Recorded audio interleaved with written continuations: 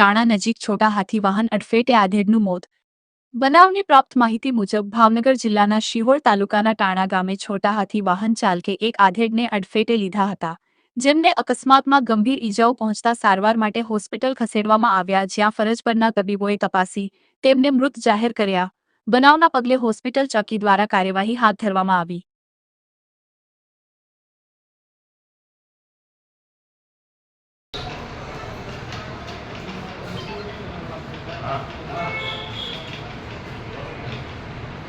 દાદા મેન્ટેન છે હાલીને જતા હતા ફોરવર્ડ